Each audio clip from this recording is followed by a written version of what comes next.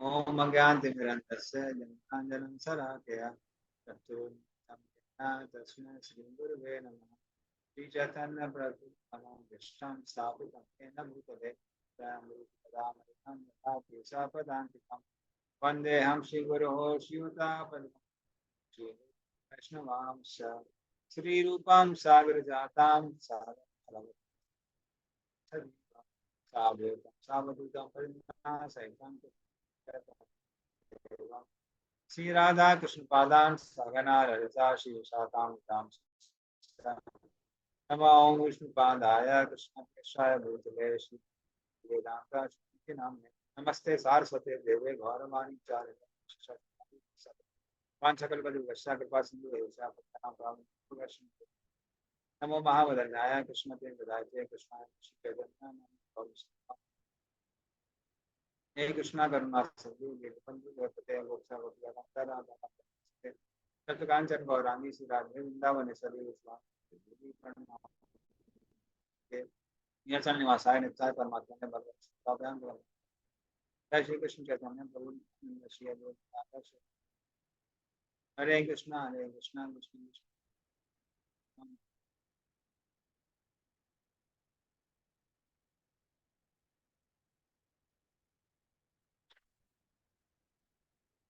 Where were we? Somebody remembers? 3 to 20 we have done. 3 to 21 we have to start.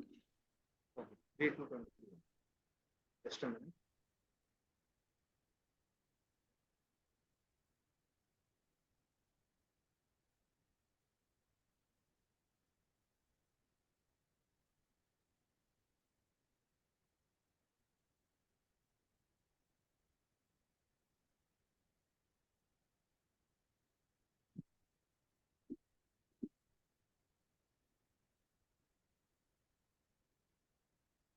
You have to allow me to Already share the screen. oh sorry Guruji, You have to make a host so that I can share the screen. by mistake I made Jai Keshav Prabhu. Maybe it changed. Okay.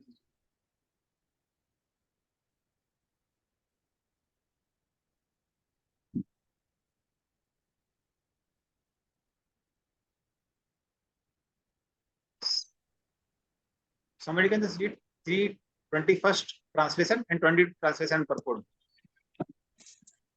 Lord Sri Krishna is the Lord of all kinds of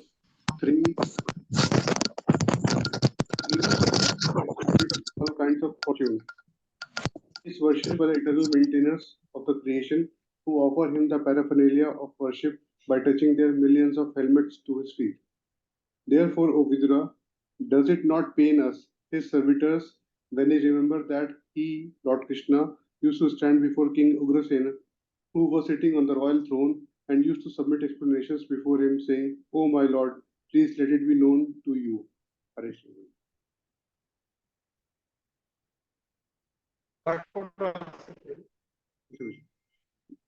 Lord Krishna's Purport.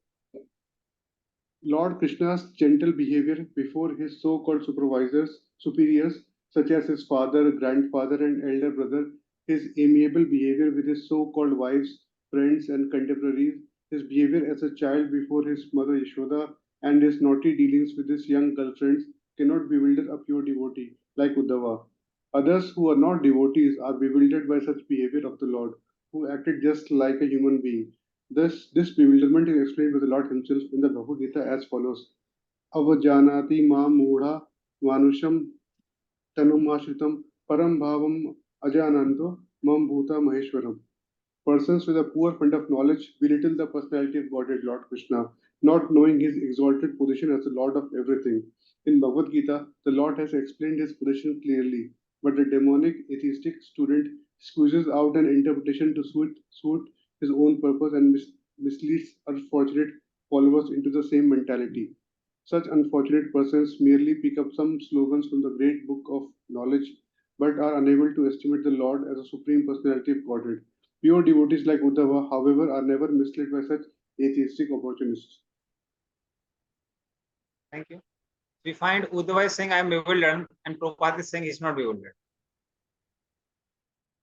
So when Uddhava is saying I am bewildered means it's like can say in one side disturbance of a rasa.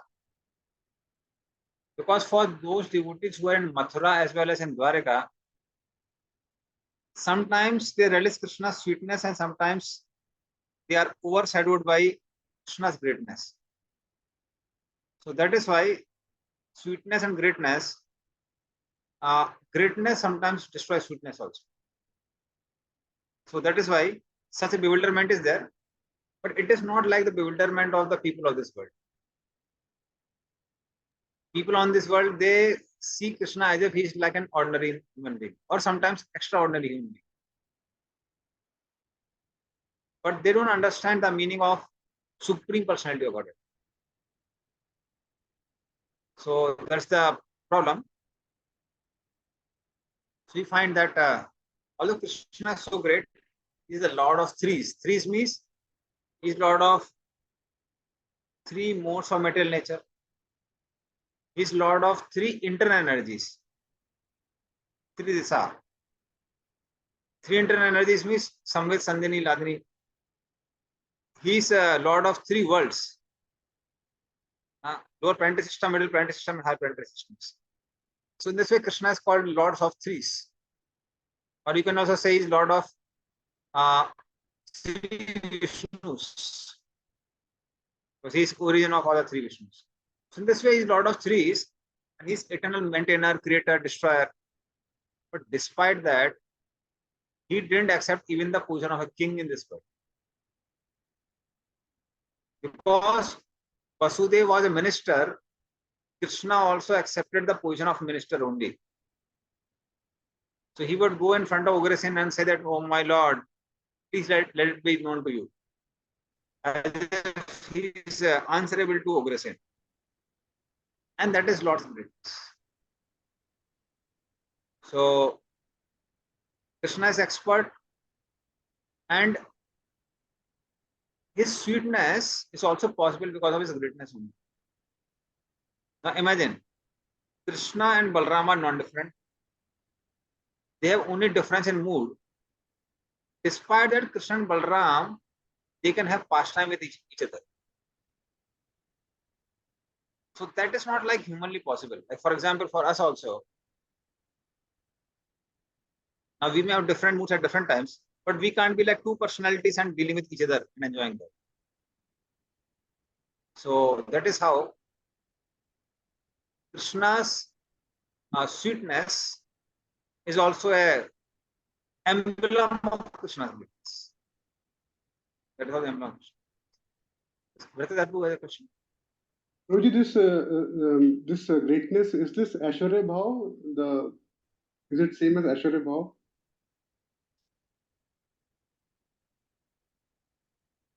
Yeah, yes. So Aishwarya Bhav and Madhurya Bhav, they are in Vaikuntha. There is only Aishwarya Bhav. In Vrindavan there is only Madhurya Bhav, and in Mathura and Dwaraka, sometimes there is Aishwarya Bhav, sometimes there is Madhurya Bhav.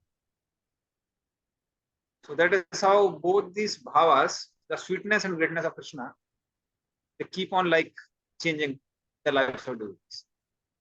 So that causes bewilderment.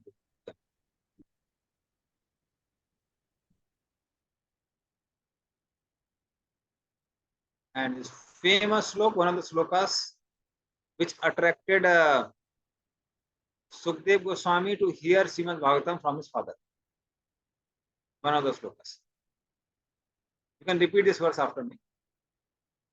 Aho bhaktiyam stanakalakutam Aho Bakiyam Stanakalakutam Jigdham sayapayayat api asati Jigam Sayapyasadvi Lebe gatim dhatri uchitam tato anyam Lebe Gotim Dhatri Uchitam Tatonyam Gam va dayalum saranam rajema Amma Dayalum Svaranam Brajema.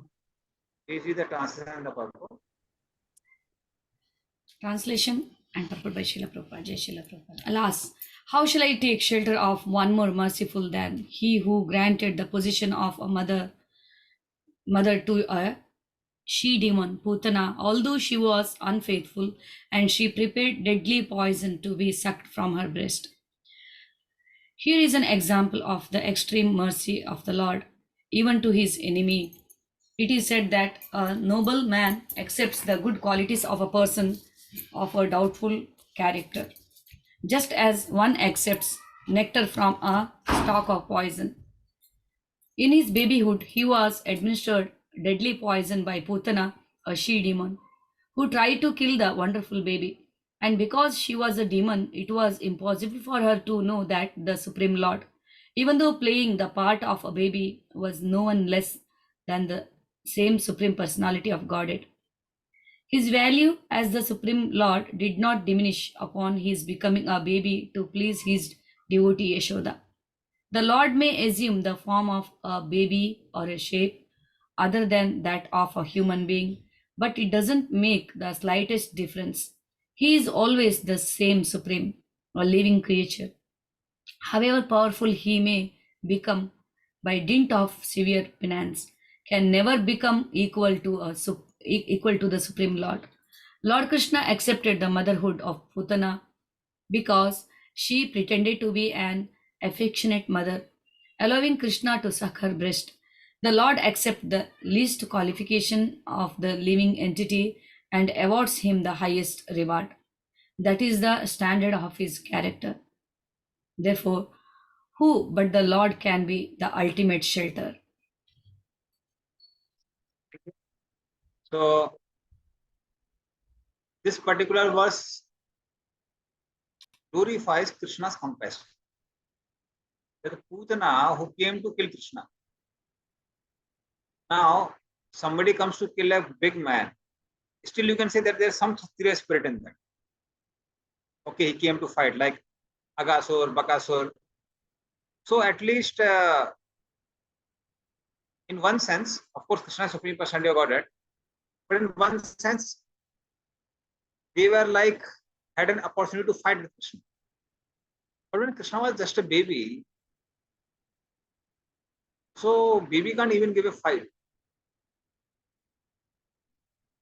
And Putana had an intent to kill that baby. It was really, really very terrible blunder, a terrible offense done by Putana.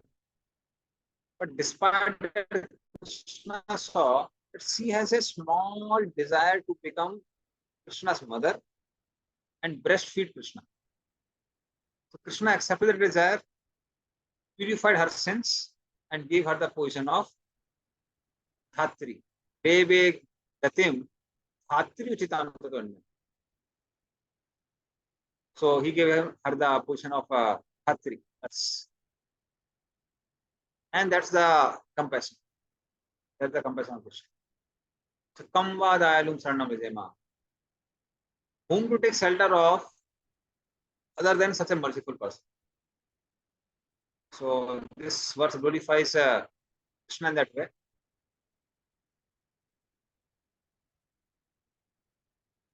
Even in Bhagavatam, 10th canto of the verse, which says, Jatu Dhani Apisa Sargam, Abhapa Jananim Gatim, Krishna Bhakta Sthana Sira Kimu Gavo Anumataraha. So this verse says that Yatu Dhani, which Putana, she came to give Krishna poison and still Krishna gave her the position of mother or nurse. Then what to say of the fortune of cows and the ladies of Vrindavan who got opportunity to actually become Krishna's mother. So Krishna's sucked the breasts of both cows and the ladies of Vrindavan in Brahmavan Leela, because he expanded as all the calves and also as the small gopas. This way Krishna fulfilled the desire of all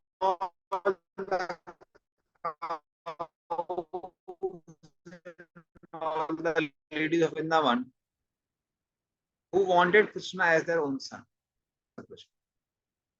that's why sometimes devotees say, oh, Krishna comes only to deliver the demons. And what about us? We are sincere sadhakas. We will get a better destination. Only the time is separated. So that's all. Another thing is Prabhupada highlights in the purport is about how Supreme Personality of Godhead is Supreme Personality of Godhead, and he doesn't become Supreme Lord by the dint of severe penance. It's not that Krishna had to perform a lot of tapasya to become God. So nobody can become God by tapasya.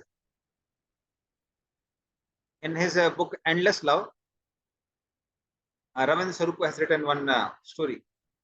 Story means his own life story, where once what happened is some Mayavadis came in one of the cities of USA, and they had put big hoardings. So the hoarding said, Jesus meditated and became compassionate supreme. Buddha meditated and became enlightened supreme. Krishna meditated and became the love supreme. Now God wants you to meditate and realize that you are God. So when devotees saw the hoarding, they were really angry. And then they went to Ravindra Sarupu. Ravindra Sarupu was temple president at that place. And then devotees were saying, Mayavadis are putting hoardings like that, we should fight with them and this and that. And Ravindra Sarupu said, I'm an old man, I've seen so many Mayavadis. Why should we unnecessarily get disturbed by them? But then devotees were too much insisting. So Ravindra Sarupu, along with 2-3 more devotees, they went to the place where debate was going on. Debate, basically, these 4 people were giving lectures from on meditation. And all our devotees sat on the first bench. So it was like a low lighted room with small candles. And it was like an old monastery. So when our devotees went there, they heard them for 45 minutes. And then Ravindra Sarupu, and before Ravindra Sarupu came, one girl came there showing Krishna's picture. And Krishna was golden there. Now certainly it was not like Lord Chaitanya manifesting there. But what this girl said is, my Krishna is golden in color. I can paint Lord as per my wish. That means you have your own imagination for God. And then Ravindra Sarupu asked a question. He said that you people said that Krishna meditated and became God. But when Krishna was just few days old, he killed this huge demoness, miles long demoness called Putana. So when did Krishna meditate? When did Krishna meditate? So then all these 4 people were like talking to each other, and there was silence for 10 minutes. And after 10 minutes, they came to a conclusion. And then they simultaneously started speaking in rhythm. Words, words, words, words, words, words. And the entire audience was speaking words, words, words. And then he said, words are the cause of illusion in this world. So don't speak words, meditate. So Ravindra Sarupu said, since last 45 minutes you were speaking so many words, they were not illusion. And when I asked question, then that is illusion. And that was like the end of that program, and nobody joined the programs. So that is how Prabhupada has given a lecture titled, God is God, dog is dog. So dog can never meditate and become God. So that's exactly what Prabhupada emphasizes on this, in this purpose. Somebody can read 24th.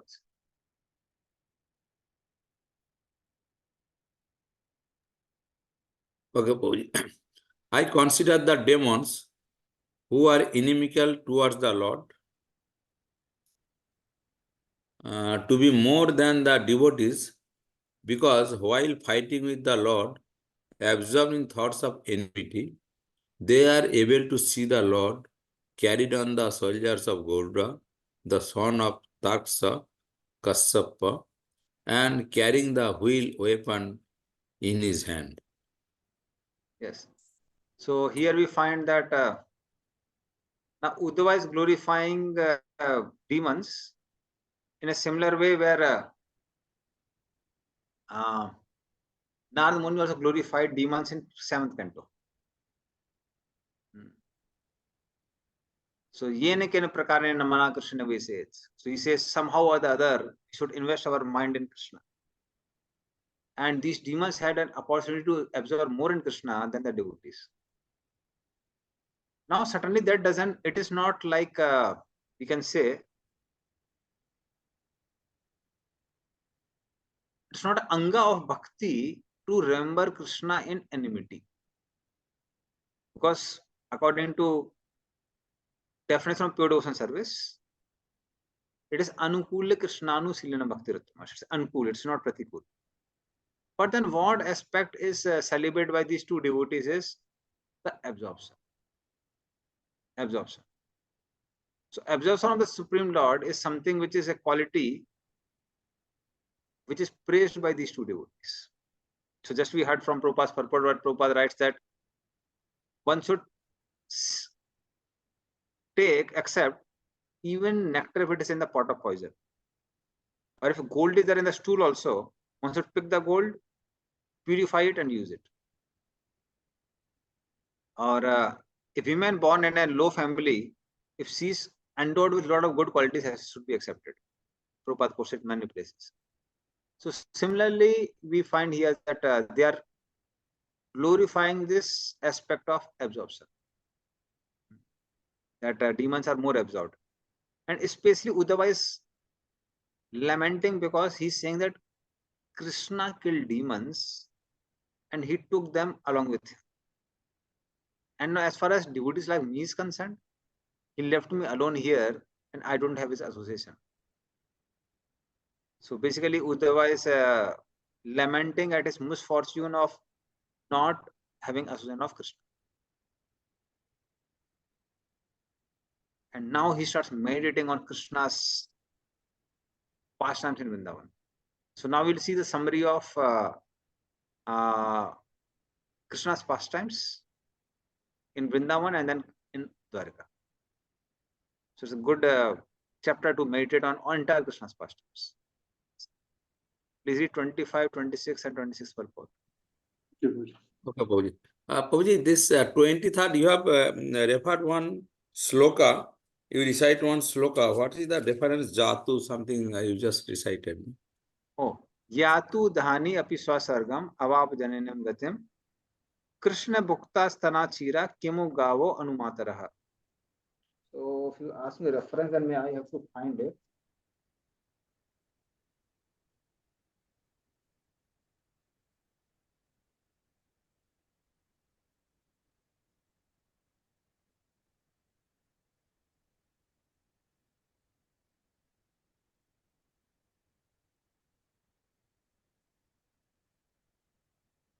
This is 10:6:38. 10th canto, 6th chapter, verse number 38. Okay, Prabhuji.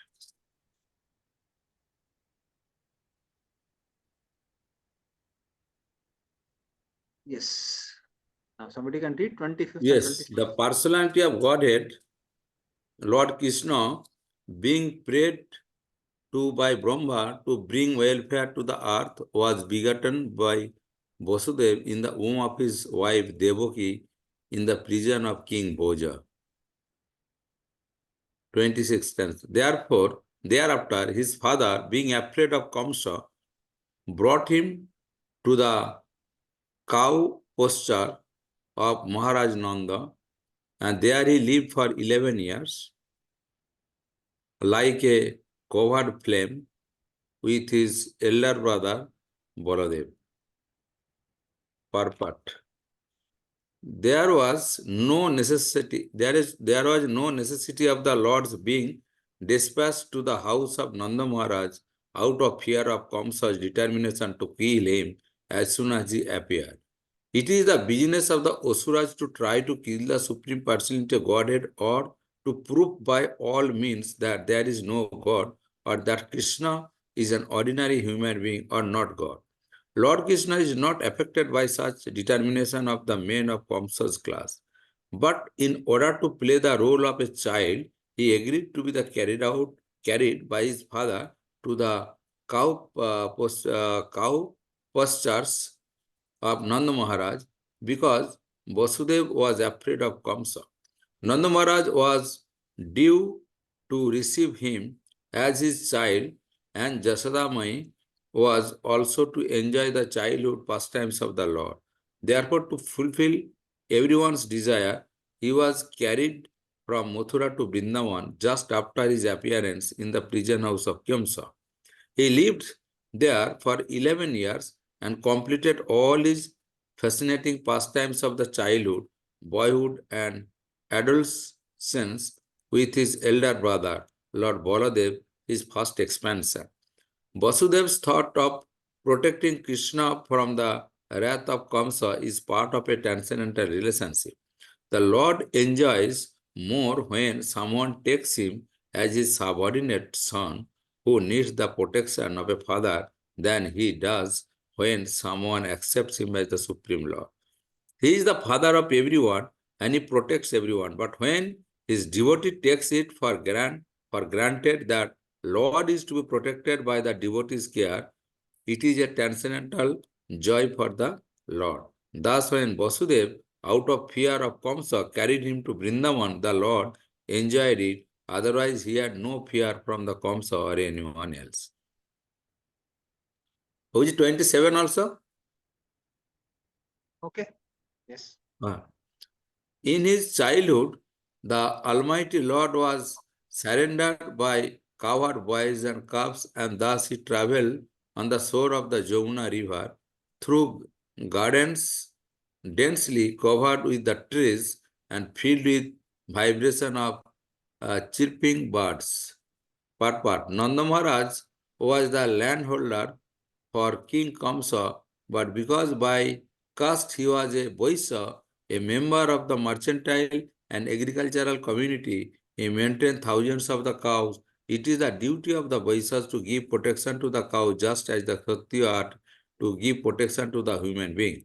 Because the Lord was a child, he was put in charge of the calves with his cowherd boyfriends. These cowherd boys were great rishis and yogis in their previous birth, and after many such pious births, they gained the association of the Lord and could play with him on equal terms. Such cowherd boys never cared to know who Krishna was, but they played with him as a most intimate and lovable friend.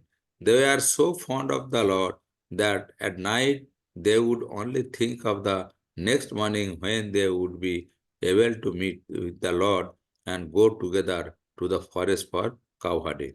The forests on the shore of the Jamuna are all beautiful gardens full of trees of mangoes, jackfruits, apples, guava, orange, grapes, berries, palm fruits, and so many other plants and fragrant flowers. And because of the forest was on the bank of Jamuna, naturally there were ducks, cranes, and peacocks on the branches of the trees. All these trees and birds, beasts were pious living entities born in the transcendental abode of Vrindavana just to give the pleasure to the Lord and his eternal associate to the cowherd boys. While playing like a small child with his associate, the Lord killed many demons, including Agasura, Bakasura, Plambasura, Gardhavasura. Although he appeared at Vrindavan just as a boy, he was actually like the cowherd flame of a fire. As a small particle of fire can kindle a great fire with fuel, so the Lord killed all the great demons beginning from his babyhood in the house of Nanda Maharaj. The land of Vrindavan, the Lord's ground still remain today, and anyone who visits these places enjoys the same transcendental bliss, although the Lord is not physically visible to our imperfect eyes. Lord Chaitanya recommends this land of the Lord as identical with the Lord and therefore worshipable by the devotees. This instruction is taken up especially by the followers of the Lord Chaitanya, known as the Gauriya Vaishnavas. And because the land is identical with the Lord, devotees like Uddhava and Vidura visited these places 5,000 years ago in order to have the direct contact with the Lord, visible or not visible. Thousands of the devotees of the Lord are still wandering in this sacred place of Vrindavan, and all of them are preparing themselves to go back home, back to Godhead. Jai Srila Prabhupada. So we find that how Krishna, he was requested by Lord Brahma to appear and remove the burden of the earth. So then Krishna appears in the prison of Kamsa. At the same time, he also appears in the house of Nanda Maharaj. So there are two appearances of Krishna simultaneously. So he appears both in Gokul as well as in the prison cell of Kamsa. And then he requests, now it would cause a bewilderment for everyone, like Krishna displaying pastimes at two places. So Krishna arranged in such a way that he came to Vrindavan, and Nanda Maharaj couldn't see the baby Krishna lying next to Yashoda because of his Aswara Bhava. So he took the daughter, the girl, and he kept the boy there. So this Vasudev Krishna and Vrindavan Krishna became one Krishna. So that Hare Krishna. Can mute, yeah. Hare. So in this way, both Krishnas became one. And then after that, Krishna performed a lot of pastimes in Vrindavan. So killing Agasur, Bakasur, Lambasur, jumping up and down like frogs, climbing on various trees, imitating the chirping of the birds, etc., etc. And Vrindavan, Prabhupada writes that Vrindavan itself is like expansion of Krishna only. And the beauty of Vrindavan is described in so many literatures, so many places. Like in Brahma Samhita, there is a description of Vrindavan. Sahasra Patra Kamalam Gokulakyam Mahatpadam Tat Karnikaram Tat Dhama Tat Anantam Se Sambhavam. So Sahasra Patra Kamalam. It's like 1,000 petal lotus. And each of the lotus, each of the petals, is just the place of house of one gopis. And in between is this Gokul Dham, Gokulakham Mahatpadam. Mahatpadam also means the greatest house is in the center. Which is that house? That is the house of Nanda Maharaj. So that is the house of Nanda Maharaj where entire creation can be accommodated. So Gokulakham Mahatpadam. And Tad Karnikaram, Karnikaram is the wall of the lotus. Tad Karnikaram Tad Dhama Tad Anantam Sambhavam. And this is an expansion of Lord Ananta. And Anantam Sambhavam also means that this abode is all pervading. So it is spiritual in nature. Now we can access Vrindavan by our bhajan. So recently we had appearance of Bhakti Saraswati Thakur. So he by his bhajan in Mayapur attracted Radha Kund, Syam Kund, Giri Govardhan, everyone there. So if one performs that quality of bhajan, then Vrindavan gets revealed. So in Vrindavan, like we have Kinjalka. Kinjalka means the stamens of lotus or filaments of lotus. So filaments of lotus are like the different forests of Vrindavan. And in this forest, each of the two trees, they join like this and they make a city place. And that is how direct sunlight never touches the soil of Vrindavan, which is soft like Johnson baby powder or more softer than that, very soft.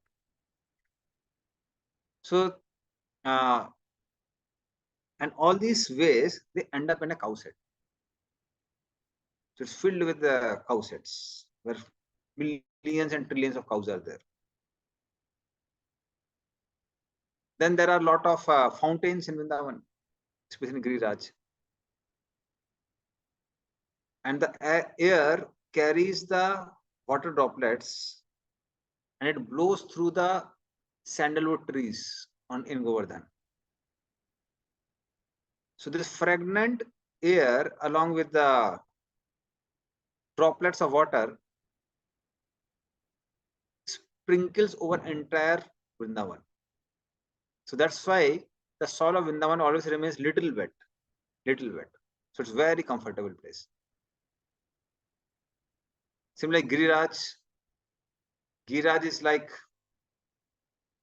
considered more beautiful than the silver mountain Kailas and the golden mountain Meru. Because Giriraj is supreme personality of Godhead. And Giriraj was so tall that it is said by like local Brajavasis that the shadow of Govardhan would fall on the courtyard of Kansa in Mathura. It was so tall, even at the time of the Dwapara Yuga. And Giriraj has a lot of caves which are cold in summers and warm in winters. In Giriraj, there are a lot of platforms made of sapphire, and it has a bedecked with silver at the bottom with valuable jewels. So then all the cowherd boys can sit there and take lunch. Giriraj has a lot of minerals.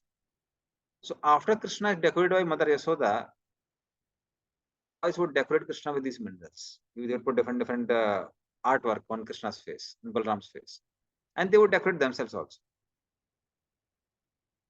Similarly, Giriraj also has a lot of trees, and 2 trees are connected by beautiful creepers filled with flowers. These creepers serve as swings for Krishna and all the cowherd boys. They would swing on these creepers. There are a lot of rocks which act like slides. They would slide down the Govardhan.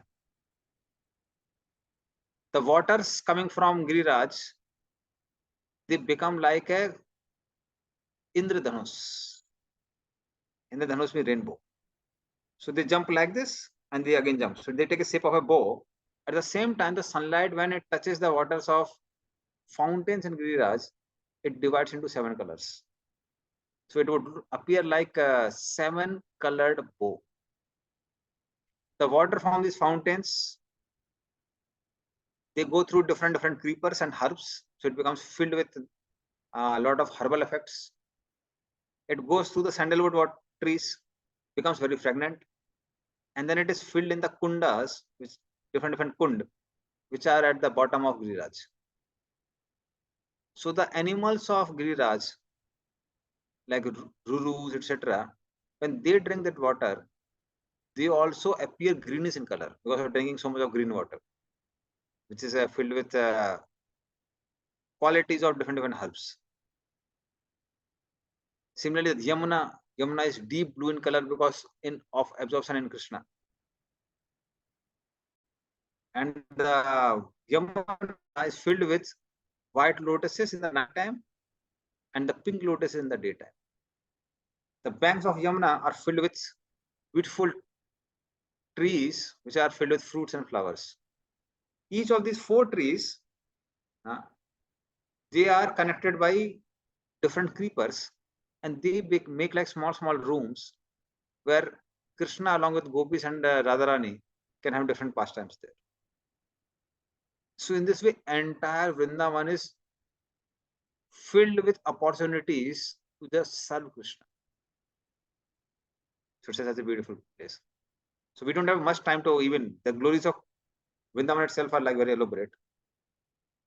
So but we have limited time. So what to say of Krishna's pastimes? Yes. Hare Krishna. Can I ask one question, Prabhuji? Yes. Prabhuji, from Vrindavan to Govardhan, I think it's 25 kilometers far. So how they were coming from Vrindavan to Govardhan to these covered boys to do the pastimes by means walk, how they were coming so far? This is a famous question and it has a famous answer. So this is a famous question because devotee people said, oh, Krishna would go to such far off places for herding the cows, and how would he return? So actually Vrindavan is like a lotus. Okay. So like petals of lotus close and they move away. Similarly, distances in the Vrindavan are not same, they keep on changing. Oh, okay.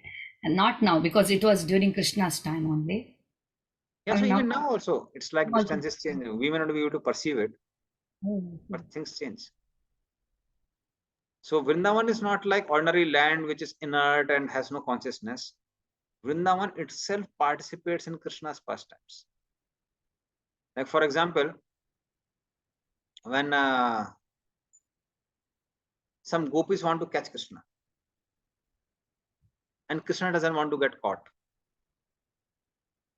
So then sometimes the Leela potential of the Lord fulfills the desire of Krishna and sometimes doesn't fulfill the desire of Krishna. In order to sometimes it doesn't fulfill the desire of Krishna to give more pleasure to Krishna.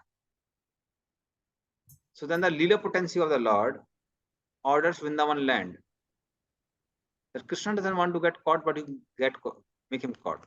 So what land of Vrindavan would do? It would squeeze the distance, and gopis would immediately catch Krishna. And sometimes Krishna doesn't want to get caught, and Leela potency knows that if Krishna is not caught, there will be more fun. Krishna would enjoy more. So then the distance would increase. Okay. So land of Vrindavan is active, it's not passive. Because land of Vrindavan is not different from Lord Balram. So yeah. So distances keep on changing, it's not same distance. Thank you. Hare Krishna Prabhuji sir, now the distances keep on changing. Now it's not, is it like the same like previous? That Mataji just asked question that what is the status of the now? Prabhuji said now also it changes. It Now also changes it's now. changing. See, main thing is we may not go into so much geographical details and all these things. But from the scriptures, what we understand is that scripture said that it keeps on changing. Keeps on changing. Prabhuji, I had a question. So, Prabhuji, in this purport, we read about all the Krishna's friends. They are like yogis and rishis in previous life. So, there's a thing called eternal associates, Prabhuji, which I read about Arjuna, that he is a eternal associate. So, wherever Krishna goes, he will go there and perform the Leela. But for these friends, Prabhuji, are they also eternal associates, or they keep on changing in every day of Brahma? Wherever Krishna goes, he will have different set of friends appearing. So, can you please clarify that, Prabhuji? So, whether it's Krishna's cowherd friends or gopis or gopas or anyone, after one gets perfection of life and becomes fully qualified to participate in Krishna's pastimes, one doesn't enter the Krishna's pastimes directly. So one appears in a place where Krishna is performing his pastimes in that universe. So then Krishna, when he comes along with those devotees who are perfected devotees, and these perfected devotees train the new devotees. So those who are perfected in this world will become new bhaktas for Krishna's Leela. So then there is a training. They learn how to deal with Krishna in that particular rasa, in that particular mellow. And after they're fully trained, then they can also go to Golok Vrindavan and participate in Krishna's Leela. So that is how when Krishna comes, so there are two types of devotees. One is trainers and one is trainees. So both trainers and trainees, they participate in the Leela. Actually, speaking, training always goes on. It's eternal thing. Because we don't approach Krishna directly. It's like Krishna directly reciprocates with Radharani. Assistant of Radharani is Lalita Sakhi, who is Swarup Damodar Goswami in our pastimes. And then Lalita Sakhi, her assistant is Rupa Mandiri, who is Rupa Goswami. And under Rupa Goswami, Rupa Mandiri, there are so many Mandiris, wherever Acharyas. Bhakti Vinod Thakur, Vishnu Chakravarti Thakur, all these people are great Mandiris, the spiritual world. And then our spiritual master is also there. So we get trained in the entire parampara, and entire for eternity, training goes on how to serve Krishna better. how to serve Krishna better. So that's always going on. But at least before going to Golok Vrindavan, there is a thorough training in Bhaum Vrindavan, wherever Krishna is performing his pastimes. Okay, I hope that answers your question.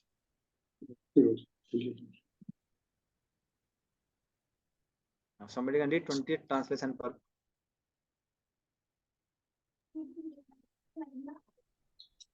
When the Lord displayed his activities just suitable for childhood, he was visible only to the residents of Vrindavan.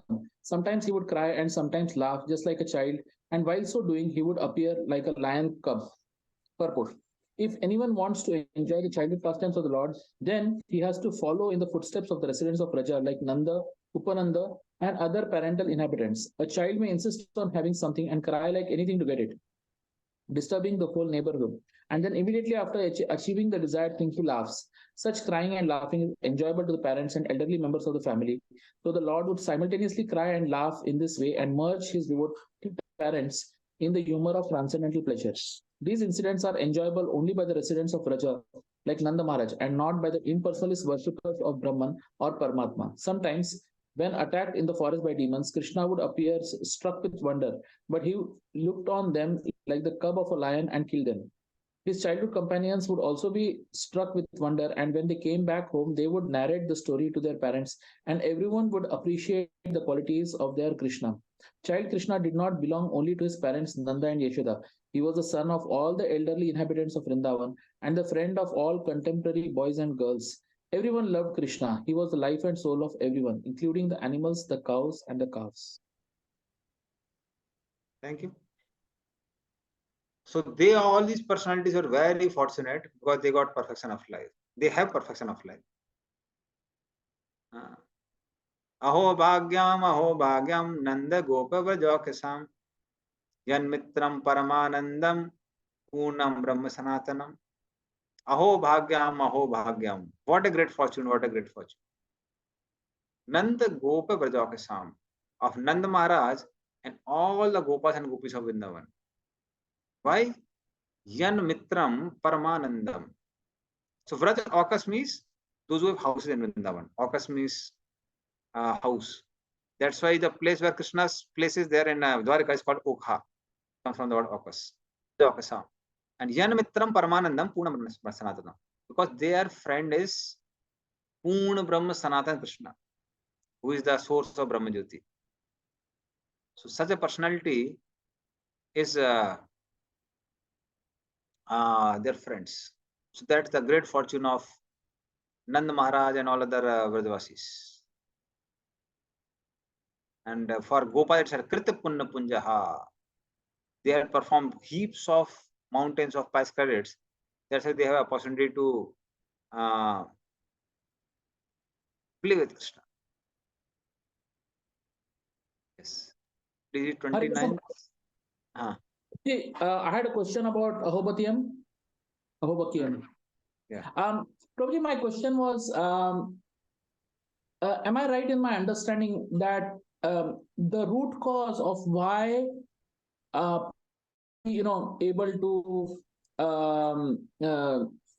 go back to the spiritual world, it did not necessarily lie only in her sentiments, but actually the root cause was the curse by a pure devotee that she had received in her previous lifetime, which actually that curse acted like a blessing for her, and it was that pure devotee's desire which actually allowed Putana to go back to the spiritual world. Because if I understand correctly, Putana in her previous lifetime, she was the sister of Bali Maharaj, and she saw Bali Maharaj going down to the Patal Lok, and that time she got that anger towards Vamandev, but she also had that motherly feeling, affection towards Vamandev.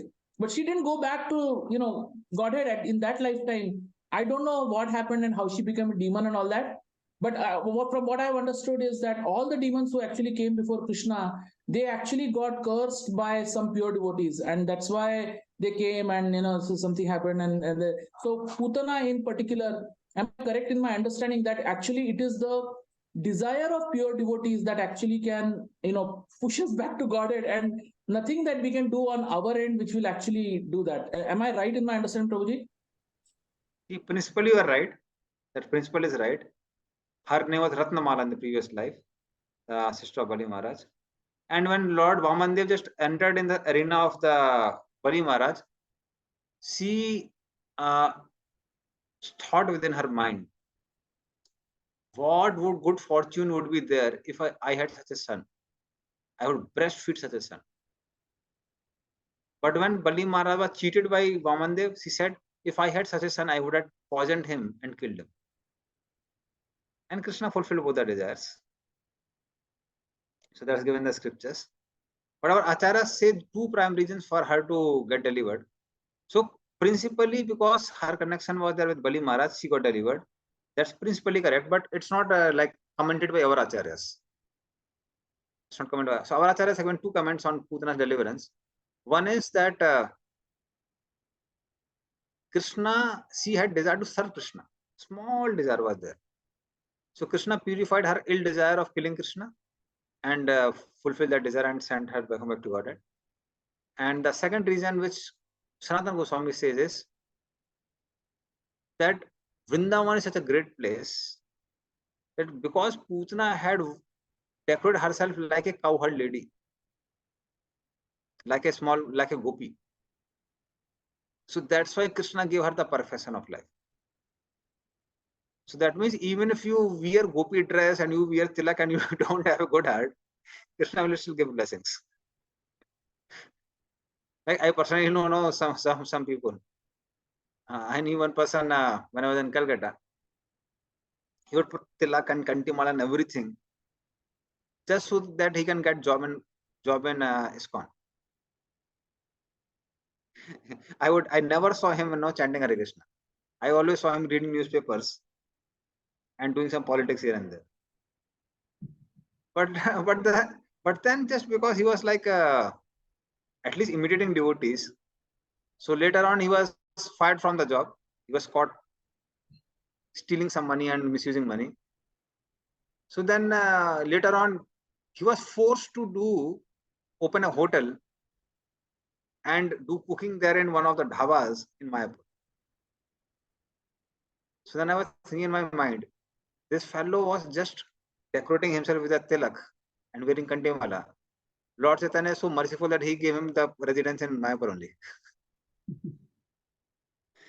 So that is how Bhakti is so great that even somebody has a bad intention, sometimes he comes across devotees and he gets the benefit. Now this is not a recommendation, but it's a glorification of Bhakti. Hare Krishna Prabhuji. I have one question about the same shloka. Shall I ask now or after this? At the end, shall I ask? You can ask now. Shukamuni was worshipping in Nirakar Rup. After hearing this shlok, he became Sakar, means he started worshipping in Sakar Rup. So even after hearing from Lord Shiva, Shukadeva Goswami, he was Muktatma by birth itself. How he became Nirakar means... So Srimad Bhagavatam itself is explaining about Lord's complete form, Namarup Guna Leela. So how he became Nirakar, because he heard Srimad Bhagavatam from Lord Shiva in his previous birth. Am I right, Prabhuji? My understanding is correct. I don't know. So after hearing Bhagavatam, one cannot remain in Nirakar Bhav, right? Because Bhagavatam starts with the Lord's Sakar Rup, Lord as form, like that.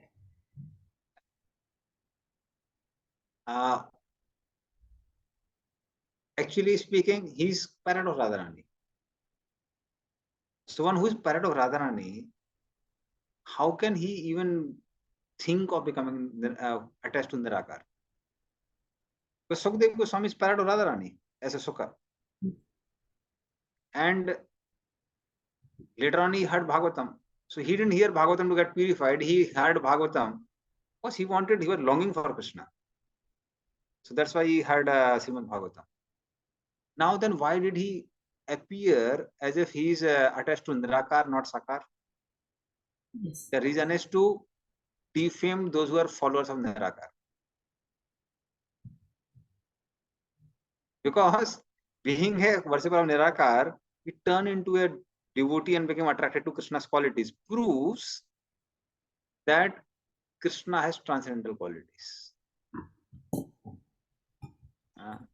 So this famous verse of Atmaram, Atmarama samanyo nirganti api urukrame kurvanti ahetkim bhaktim ittam bhut gudo hari.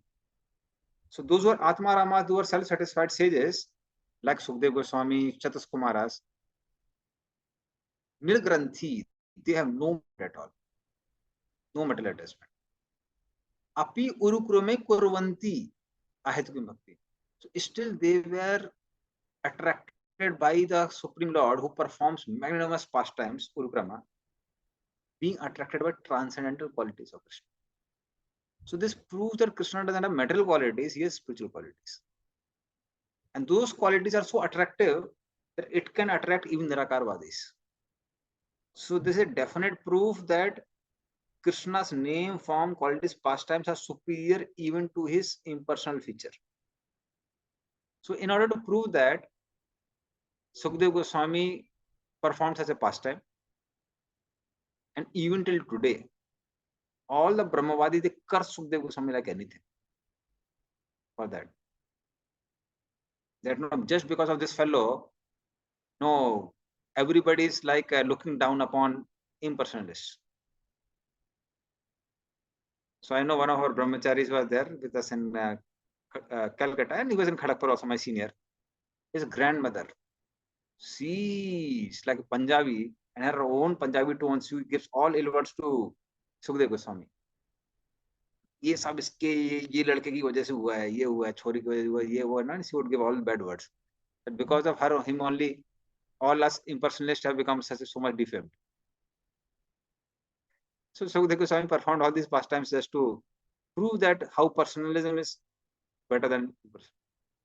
So that's the main reason. Thank you. Okay, so somebody can read translation purport.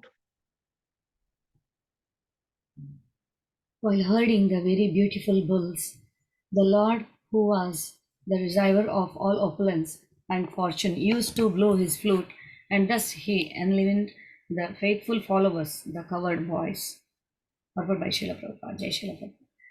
As he grew to 6 and 7 years old, the Lord was given charge of looking after the cows and bulls in the grazing grounds. He was the son of a well-to-do landholder who owned hundreds and thousands of cows, and according to Vedic economics, one is considered to be a rich man by the strength of his store of grains and cows. With only these two things, cows and grains, humanity can solve its eating problem. Human society needs only sufficient grain and sufficient cows to solve its economic problems. All other things but these two are artificial necessities created by man to kill his valuable life at the human level and waste his time in things which are not needed. Lord of human society personally showed by his acts that the mercantile community or the Vaishyas should herd cows and bulls and thus give protection to the valuable animals. According to Smriti regulation, the cow is the mother and the bull the father of the human being. The cow is the mother because just as one sucks the breast of one's mother, human society takes cow's milk. Similarly, the bull is the father of human society because the father earns for the children just as the bull tills the ground to produce full grains. Human society will kill its spirit of life by killing the father and the mother. It is mentioned herein that the beautiful cows and bulls were of various checkered colors: red, black, green, yellow, ash, etc. And because of their colors and healthy smiling features, the atmosphere was enlivening. Over and above all, the Lord used to play his celebrated flute. The sound vibrated by his flute would give his friends such transcendental pleasure that they would forget all the talks of Brahmananda, which is so praised by the impersonalists. These covered boys, as will be explained by Shukadeva Goswami, were living entities who had accumulated heaps of pious acts and thus were enjoying with the Lord in person and were hearing his transcendental flute. The Brahma Samhita 5.30 confirms the Lord's blowing his transcendental flute. Venum Kunantamaravinda Darahavatam Samasitambuda Sundarangam Kandarpakotikamaniya Vishesha Shobham Govindamadi Purusham Tamaham Bhajami. Brahmaji said, I worship Govinda, the primeval Lord, who plays on his transcendental flute. His eyes are like lotus flowers. He is decorated with peacock plumes, and his bodily color resembles a fresh black cloud. Although his bodily features are more beautiful than millions of cupids, these are the special features of the Lord. So, Krishna stayed for 11 years in Vrindavan. So, first 3 years, 7 months. Sorry, not 7, 4 months. 3 years, 4 months. He stayed in Gokul, Mahavan. Then, so this was his Bal Leela. He performed Bal Leela there. So, pastimes like stealing butter and then killing all this Putana, Tranavarta, Saktasura. So, all these. Damodar Roop also, Damodar Lila. Damodar Leela also. Damodar Leela is considered the topmost pastime in Vatsalaras. So in Madhuraras, the topmost Leela is Ras Leela. And in Vatsalaras, the topmost Leela is Damodar Leela. So he performed all these pastimes there. And then he moved to Chatikara, the current place where our Spot temple is there. So Chatikara basically means it's a village, temporary village, which is in half crescent moon shape. So half crescent moon shape, in that way it was there. So that's called Chatikara. So they just moved there because of disturbance of the various demons. So that was Krishna's Pogand Leela. So actually speaking, Balavastha is from 0 to 5. Pogand is from 5 to 10. Kesor is 10 to 15 or 11 to 15. And then comes Yavan. So Krishna never crosses beyond 15. That's why it's called Nitya Kishore. But great personalities, they grow 1.5 times their age. That's why when Krishna was just 3 years, 4 months old, he appeared as if he's 5 years old. So his intelligence, his bodily features were as if he was 5 years old. Similarly, when Krishna was 6 years, 8 months old, he appeared as if he's 10 years old. And when Krishna was 11 years old, he appeared as if he was 15 years old. So that is how Krishna grew in bodily features. So although from material calculation, he was 11 years old because after 11, children get puberty. So he moved away from Vrindavan just before that. And but despite being smaller than 11 years old, he could enjoy the youthful pastimes with gopis because he was appearing 1.5 times. So for 11 years, he was there in Vrindavan and then he moved to Mathura. So these were pastimes especially of Poganda Leela in the previous verse. Text 29. Hare Krishna Prabhuji. In Chatigara, for how many years he was there? In 3 years, 4 months. that is in Gokul. Gokul was 0 to 3 years, 4 months. 3 years, 4 months to 6 years, 8 months was in Chatikara. And 6 years, 8 months to 11 years, he was there in Nandagaon. 6 to 8 years in Nandagaon. 6 years, 8 months to 11 years in Nandagaon. So Balavastha in Gokul, Pogand in Chatikara, and Keswari Leela in Nandagaon. Similarly, Radharani also actually changed her places. I don't know the second one, but first one is Raval, and the last one is Barsana. So in middle I just forgot. I don't remember the middle one. So she also moved. So when Krishna would move, Radharani would also move to different places. Thank you. Prabhuji, one quick question on Chatikara actually. So it's not related to this verse, Prabhuji, but still asking because I recently saw in Chatikara they have built a big murti of Durga ji and Hanuman ji at her feet. So I was a bit bewildered to see this kind of arrangement. That why is Hanuman ji praying to Durga Mata? So is there a pastime like this in Chatikara, or they just like somebody just built it like that? No. Actually, this is made by one of the famous Babajis of Vrindavan.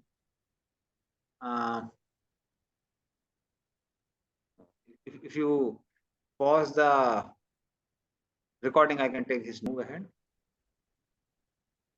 Yes. Somebody can read 30, 31. The great wizards who were able to assume any form were engaged by the king of Bhoja, Kamsa, to kill Krishna. But in the course of his pastimes, the Lord killed them as easily as a child breaks dolls. The inhabitants of Vrindavan were perplexed by great difficulties because a certain portion of the Yamuna was poisoned by the chief of the reptiles, Kalia. The Lord chastised the snake king within the water and drove him away. And after coming out of the river, he caused the cows to drink the water and proved that the water was again in its natural state. Hare. Thank you. So these are like different pastimes of Krishna. So one of the devotees explained in a very funny way. Kansa is maternal uncle of Krishna, Mama, Kansa Mama. So generally maternal uncles, they send a lot of toys to the. So Krishna, he was sending different toys, like he sent the doll in form of Putana. Then Kesi was there, horse was there. Then duck was there in form of Bakasur. So different toys were sent. Krishna didn't like the toys, so he broke it and threw them off. मामा जी का खिलौना पसंद नहीं आया. So this way, Krishna exactly like a child breaks the dolls, he easily killed all the demons. And then he delivered Kalia, the great serpent demon also. And not just delivered him, he made Kali into a devotee. So Krishna performed different pastimes in different days of Vrindavan. Sorry, in different days of Brahma, he performed different pastimes in Vrindavan. So it is then another day of Brahma, Krishna would ride on Kali and go to Mathura. Like in this day, he went with Akrurji. In one of the days, he would go with Kalia, riding on Kalia. So it is like a great challenge to Kansa, somebody coming on serpent.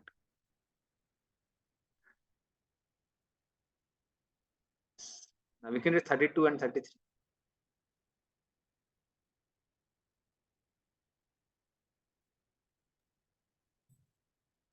The Supreme Lord Krishna desired to utilize the opulent financial strength of Maharaja Nanda for worship of the cows, and also he wanted to give a lesson to Indra, the king of heaven.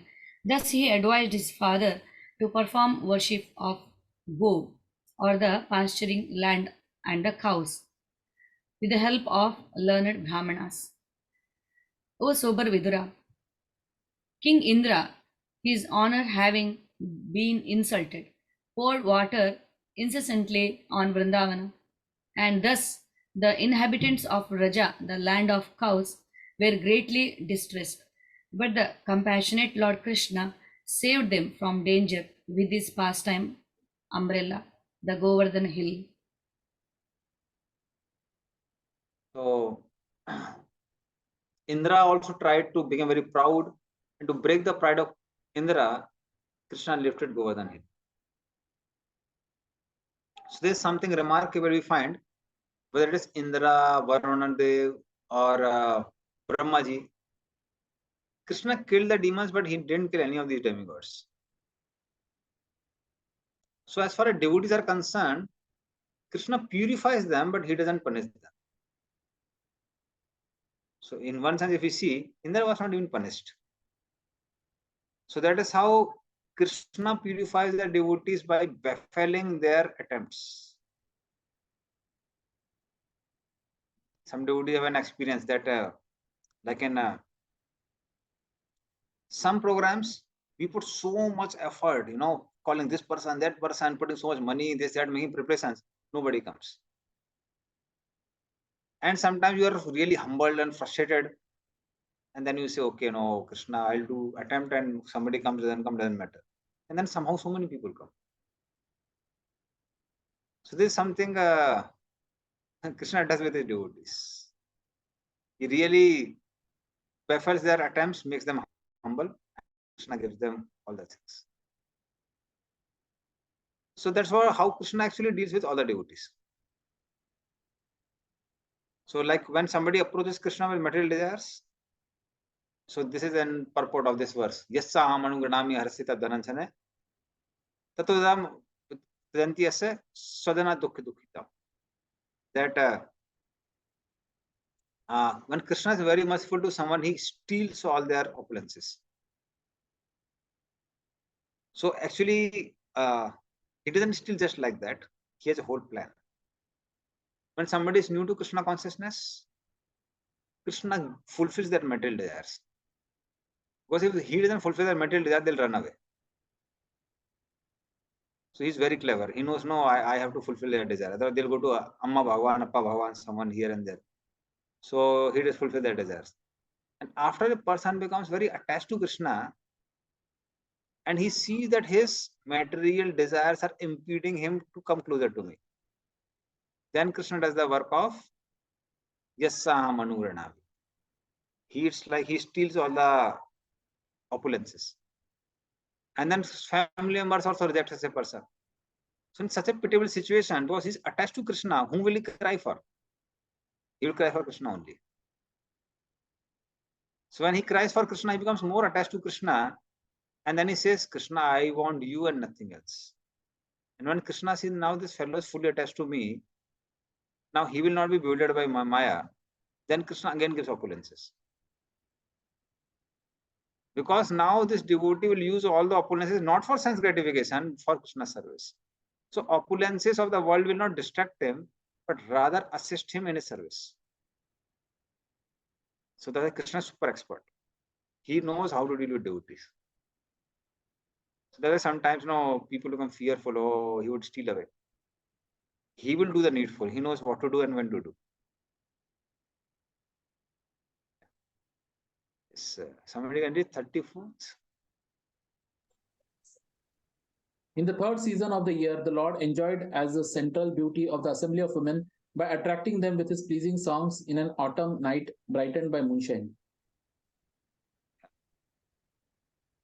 So Ras Vilas read about Ras Leela. So these are Ras Leela pastimes. So this chapter ends with the topmost pastimes of Krishna, the Ras Leela, where Krishna fulfilled the desires of gopis to the fullest extent. Sometimes some devotees really feel very pained. Even I would also sometimes feel pained, though. Krishna, for 11 years only he was there in Vrindavan, and then he left to Mathura and never came back. It's like so painful. Actually, he came at the end. He came at the end and delivered all the Vrajavasis. But such a long gap. So actually, there is no dimensions of time for Krishna's pastimes. So Krishna inculcated millions of days and nights of Brahma in one night during the pastimes of Vraj Gopis, while he was doing Ras Leela. So all the gopis would serve Krishna to their utmost extent. It's like they would dance for Krishna's pleasure. Krishna would be sitting and they would dance till they desired.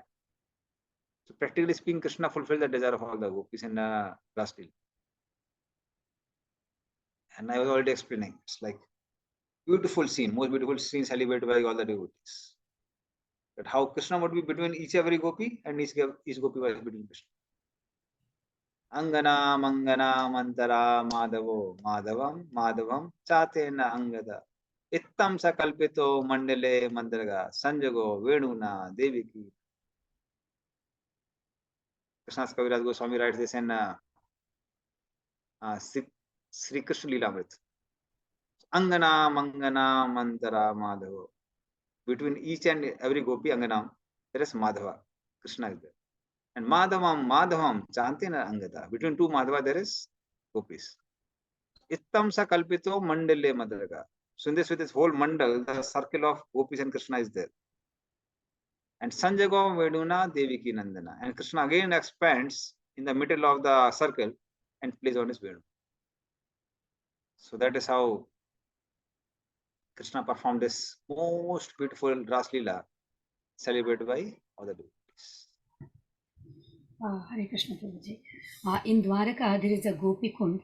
That Gopi Kund is of Vrindavan gopis or 16,000 wives of Krishna.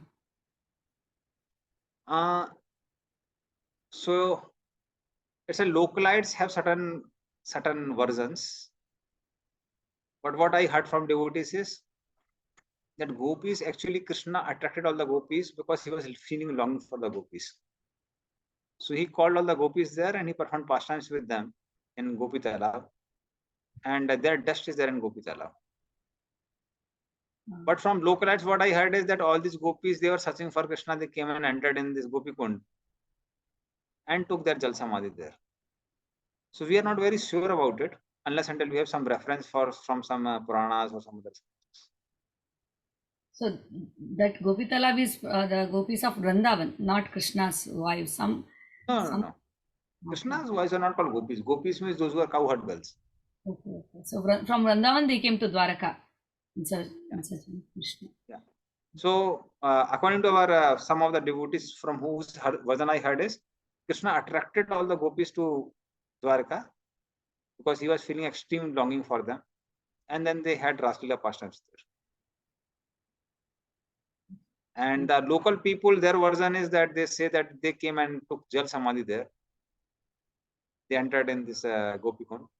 So I'm not very sure about whether that's right or wrong. We are not rich. So if somebody brought Chandan for me, Tilak, and he said he's from that talab. I said this is made from the body of gopis. Somebody was saying something like this. We are very sure. We are very sure that this is the dust of lotus feet of Krishna and gopis, and that's why I am also actually applying that tilak only. Currently, I have that tilak only from Gopi Talab.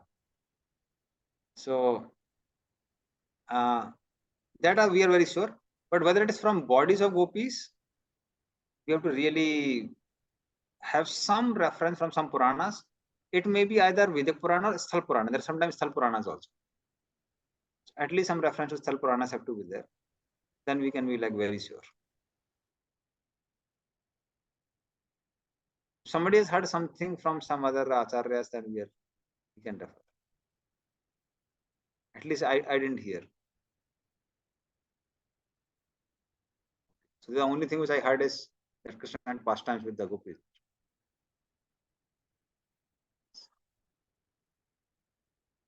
But queens taking samadhi may be possible. Because one thing we know is, that is again speculation, I'm not very sure. Because Udupi Krishna came from that Gopi Talab only. So from Gopi Talab, this Gopi Chandan was taken by a merchant just to balance his boat. And then Madhvacharya saved the boat and he got Gopi Chandan. And by breaking the Gopi Chandan, he got this deity of Udupi Krishna. Yes. So if Queens of Dwaraka had entered there, that lake, that may be true. We are not very sure. Thank you so much. Okay, so now after Vrindavan pastimes, the last of that is Ras Leela. Now we'll discuss about Krishna's Dwarka pastimes. So Dwarka pastimes are there in the 3rd chapter.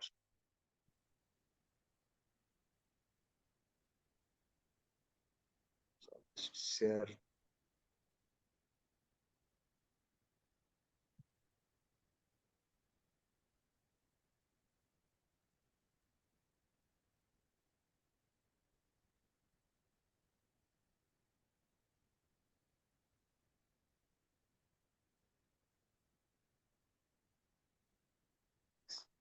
first 9 verses they discuss about Krishna's education and his marriage. Then killing of demons in Kurukshetra war, discussed in 10 to 15. 16-23 discuss about Krishna in Dwarika. And 24-20 discuss about events leading to annihilation of the Yadus. So we'll get the synopsis of all the Krishna's Dwarka Leela and Mathura Leela now. So first Mathura Leela. Yes. Please read. You can read 1 to 3. Translation 1 to 3. Shri Uddhava said, thereafter Lord Krishna went to Mathura city with Shri Baladev, and to please their parents, had dragged Kamsa, the leader of public enemies, down from his throne and killed him, pulling him along the ground with great strength. The Lord learnt all the Vedas with their different branches simply by hearing them once from his teacher Sandipani Muni, who he rewarded by bringing back his dead son from the region of Yamaloka. Attracted by the beauty and fortune of Rukmini, daughter of King Bhishmaka, many great princes and kings assembled to marry her. But Lord Krishna, stepping over the other hopeful candidates, carried her away as his own share, as Garuda carried away nectar. Thank you. So after Krishna leaves to Vrindavan, somehow we find Sukadeva Goswami didn't mention about Krishna leaving Vrindavan. That would be very painful for him. So he just discusses about directly to Mathura Leela, how Krishna went to Mathura, and in Mathura, first thing he did is he broke the bow of Lord Vishnu, which was given by Parasuram to Kansa, and when he gave it to Kansa, he said him that anybody who breaks the bow will kill you. So Krishna breaks the bow, and all 150 soldiers or more, they attack Krishna and Balaram. Just by the ends of the bow, they beat all the soldiers to death. Then Krishna delivers so many people, blesses someone, kills so many, including the washerman was killed. Kubja was delivered. She was given a beautiful body. Then Krishna blesses the florist Sudama. And then he had a big fight with Kuvalapid, very beautiful fight. Kuvalapid, who had strength of 10,000 elephants. So this was the elephant of Jarasandh.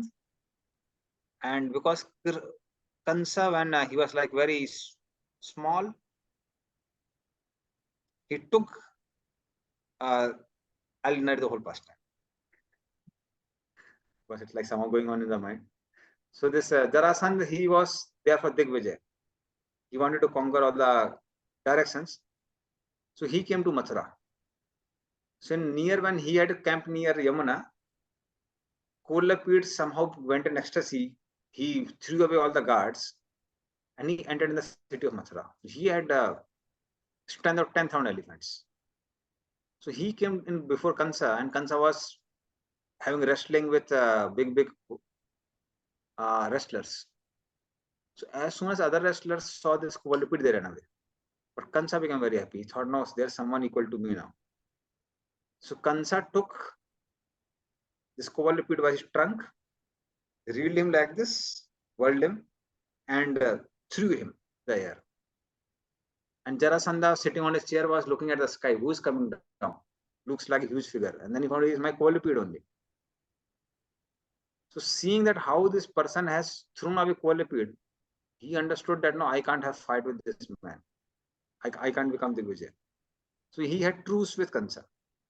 And in dowry, he gave Kuvalapid along with his 2 daughters, Siddhi and Prapti. And Krishna and Balram, when they entered, this Kuvalapid tried to kill Krishna. Krishna killed Kuvalapid by plucking up his tusk, and it's like killing him with his own tusk. And then with the blood of Kuvalapid on his face, having trunk on his shoulders, both Krishna and Balram entered in the arena of Kansa, where Charun, Mustik, Sal, Tosal, Kut, all of them were there. So, and these people were also not ordinary wrestlers. They were princes of Mahismati. which was there in Andhra Pradesh. So they were the princes of Andhra Pradesh, and they were like defeated by Kansa, and Kansa brought them to Mathura. So they were all killed by Krishna one by one.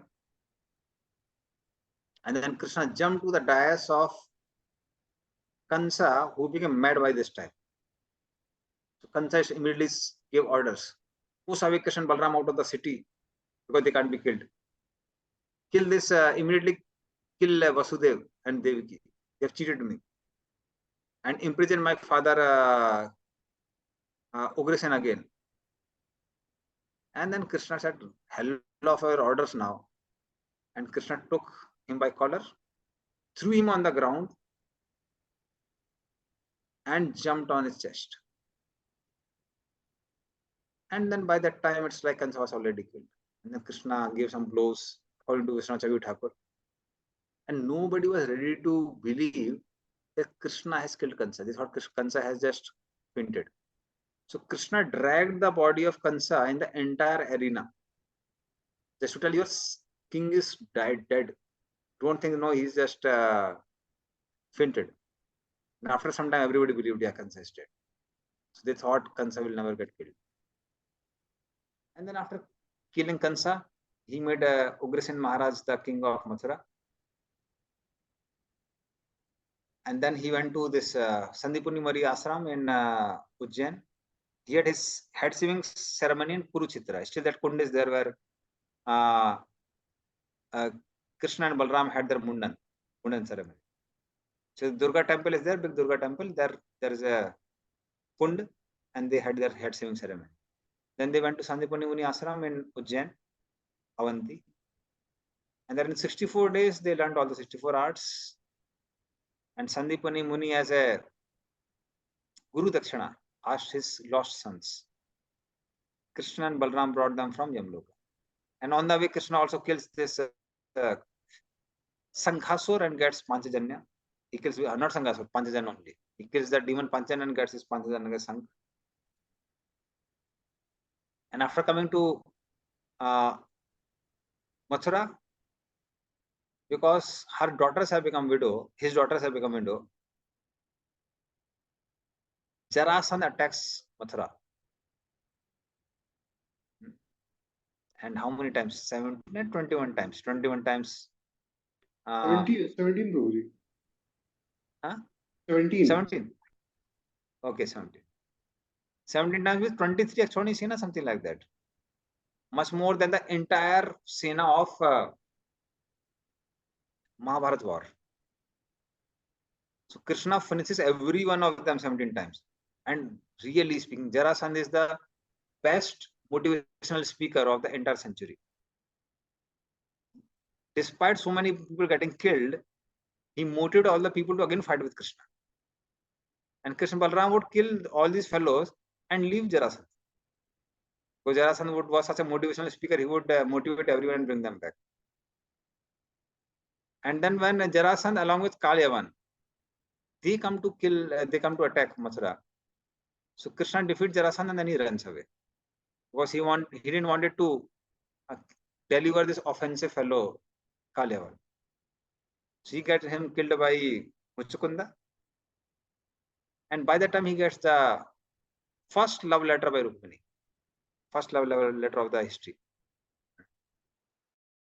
Shrutta bhavana sundar sanvatam te nirvishta karna vivare haratonga tapam rupam drisam drisimatam akilatma bhavam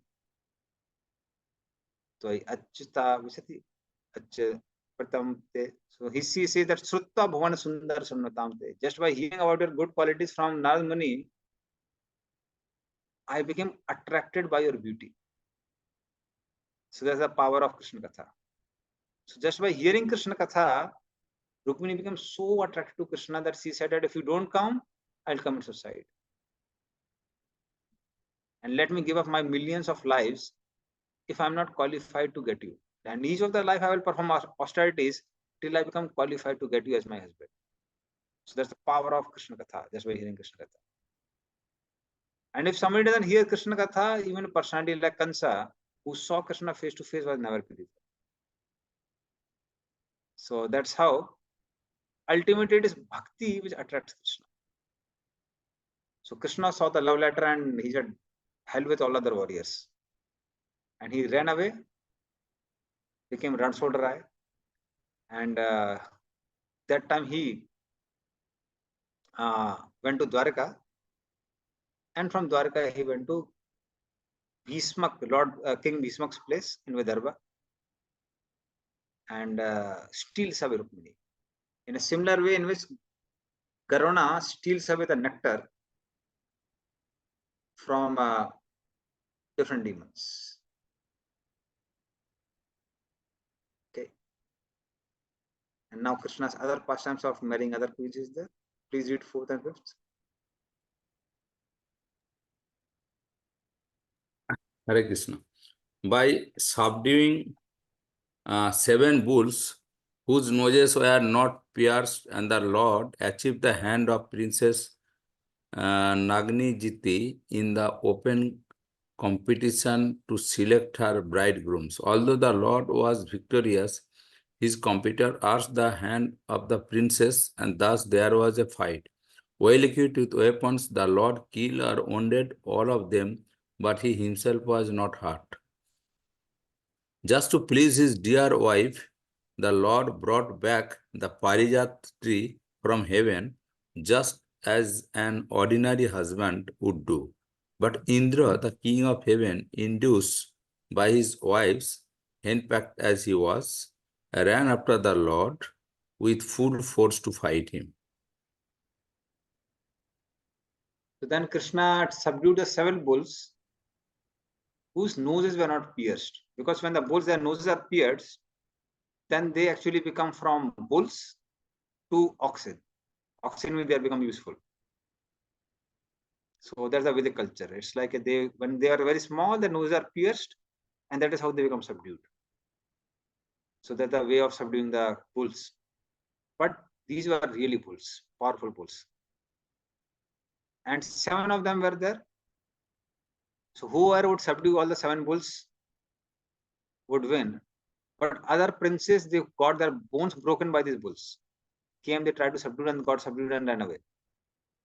But Krishna went there and he expanded in 7 forms and subdued all the bulls, indicating to Nagnajiti that don't worry, I can expand.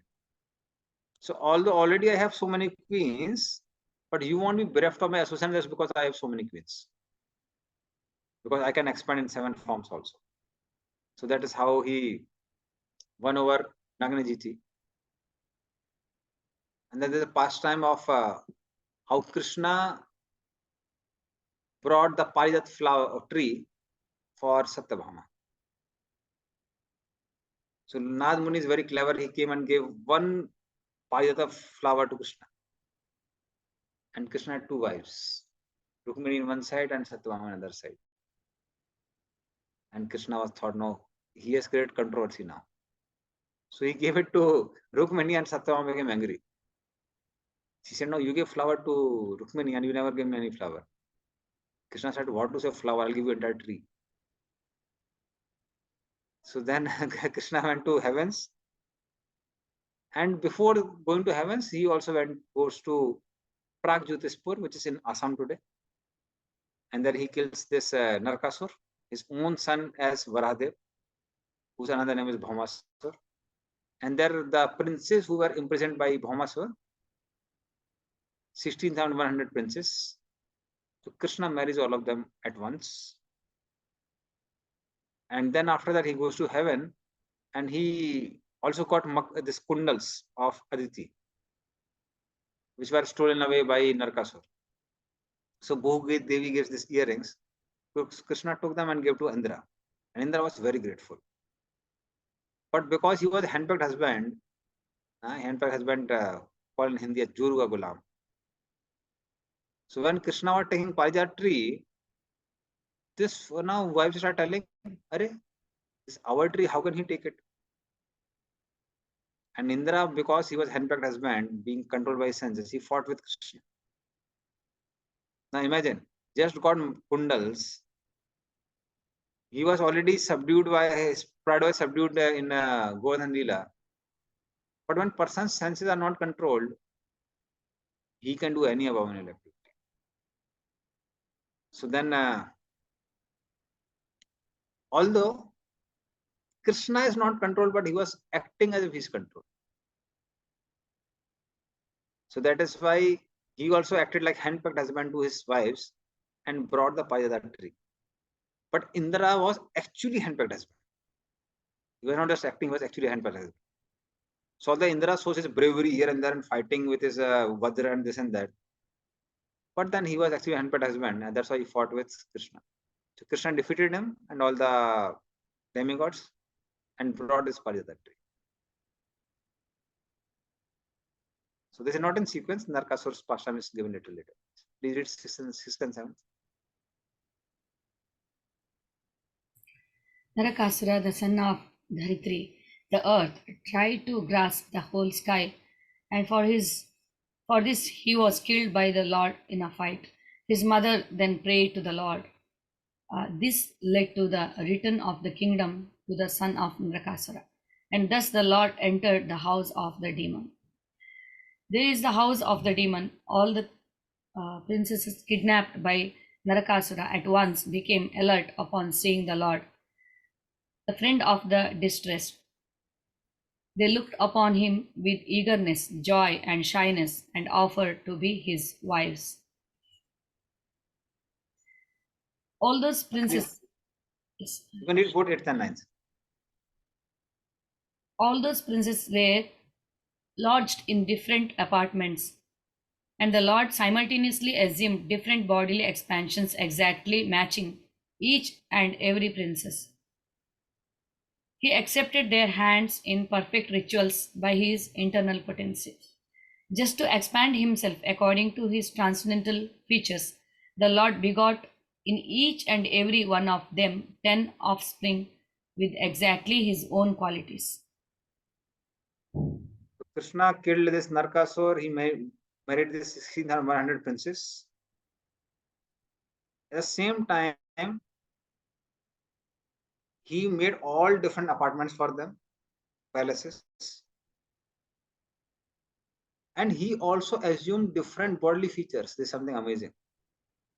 Like we find for our deities also, we'll find somehow, even in ISKCON, when we go to various places, features of those deities exactly match with the local people. I don't know how many of you have observed that. If you see this video, Krishna deities around the world, so you'll find no, Paris means he really looks like no man from Paris. And when he's in Vrindavan, he looks like Vrindavan Krishna. And when he's there in Japan, Korea, all these places, he really looks like Korean god. So in this way, Krishna adopted different features exactly matching with each of these queens. And he provided with them such an opulence that they had an opulence to even control time. This is what was discovered by Narada Muni when he goes to Dwarka. Some places day-wide, morning time was there, Krishna just got up and he was like performing morning rituals. Some places it was daytime where Krishna was giving charity.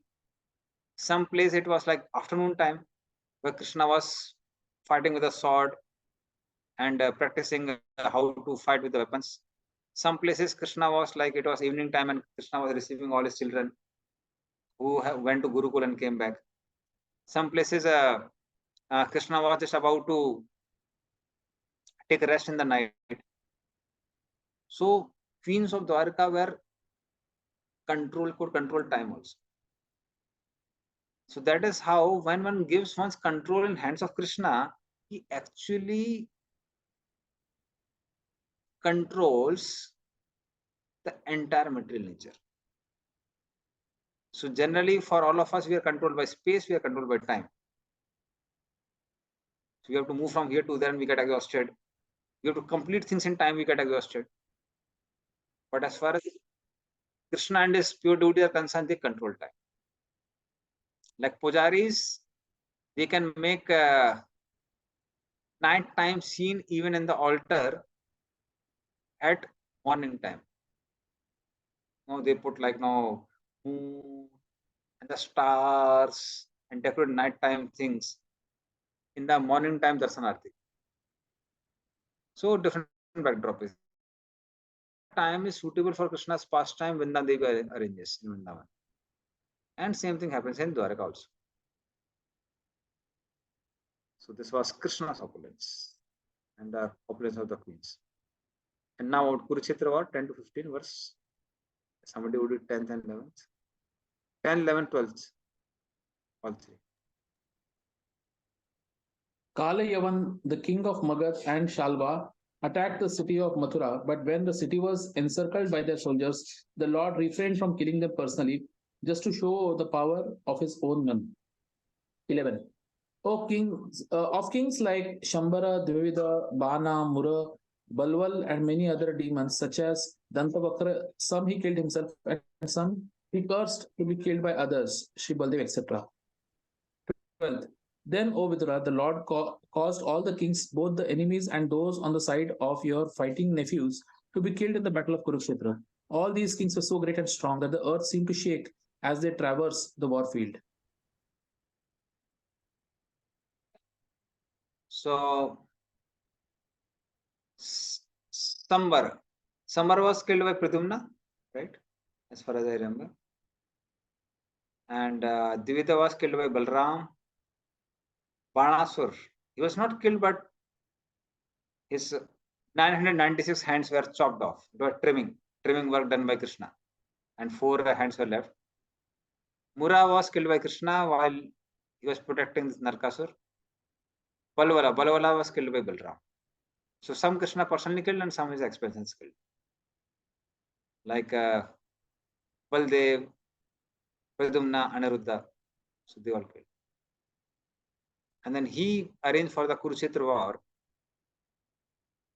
so that all these wholesale people are killed. So actually speaking, Krishna wanted to deliver everyone by arranging this Kurukshetra war. So Pandavas had already forgiven. So what to say Pandavas, the Bhima, when he would run, he would like go in the forest during exile time, sparks will come out of his hairs because of the anger. But even Bhima also, he thought, no, why to have so much war and have so much bloodshed? Krishna just go and ask for these 5 villages. And that's how Krishna was going as Santidut. So that time, Draupadi, Panchali, she called Krishna. She said, Krishna, you are going for a peace treaty? What about the pain which I had to undergo by being disrobed? Krishna said, anyway, they won't agree. So then Panchali says, but just see Krishna, these Pandavas have forgotten everything and they're ready to forgive these Kauravas.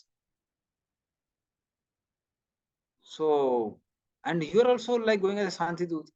You also don't, you have no worry about what happened to me. Krishna said, anyway, they won't agree. And Draupadi says, what if they agree? Krishna said, I won't agree. The very fact that they have offended you by trying to disturb you in the public assembly, that time only I took away all their lives. So even if they agree that, oh, we want Shanti Prastav, I will not agree and I'll take my Sanghachakra Gada Padma and kill everyone. So don't worry, there would be a war.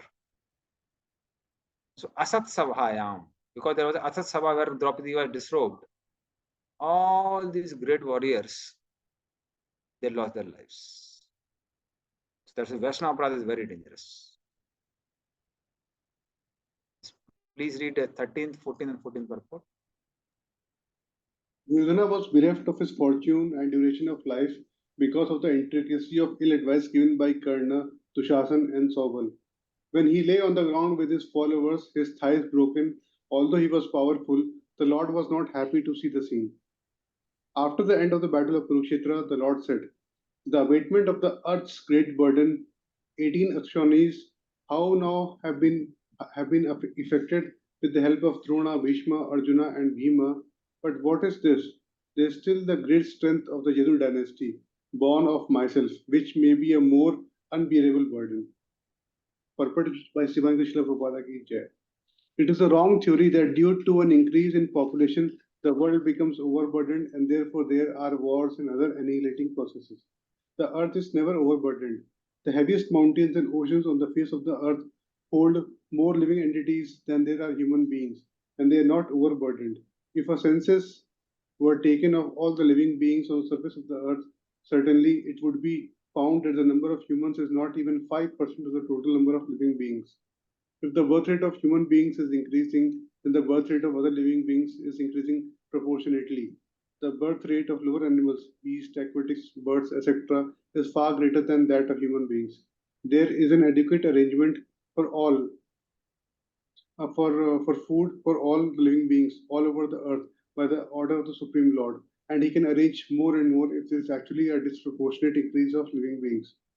Therefore, there is no question of an increase in population causing a burden. The earth became overburdened due to dharmaglani, or irregular discharge of the Lord's desire. The Lord appears on the earth to curb the increase in miscreants and not the increase in population, as is wrongly put forward by the mundane economist. When Lord Krishna appeared, there had been a sufficient increase in miscreants who had violated the desire of the Lord. The material creation is meant for fulfilling the desire of the Lord, and His desire is that the conditioned souls who are unfit to enter into the kingdom of God have a chance to improve their conditions for entering. The entire process of cosmic arrangement is intended just to give a chance to the conditioned souls to enter the kingdom of God, and there is an adequate arrangement for their maintenance by the nature of the Lord. Therefore, although there may be great increase in population on the surface of the earth, if the people are exactly in line with God consciousness and are not miscreants, such a burden on the earth is a source of pleasure for her. There are two kinds of burdens. There is the burden of the beast and the burden of love. The burden of the beast is unbearable, but the burden of love is a source of pleasure. Srila Vishwanath Chakravarti describes the burden of love very practically. He says that the burden of the husband on the young wife, the burden of the child on the lap of the mother, and the burden of wealth on the businessman, although actually burdens from the viewpoint of heaviness, are sources of pleasure. And in the absence of such burdensome objects, one may feel the burden of separation, which is heavier to bear than the actual burden of love. When Lord Krishna referred to the burden of the Yadu dynasty on the earth, he referred to something different than the burden of the beast. The large numbers of family members born of Lord Krishna counted to some millions and were certainly a great increase in the population of the earth. But because all of them were expansions of the Lord Himself by His transcendental planetary expansions, they were a source of great pleasure for the earth.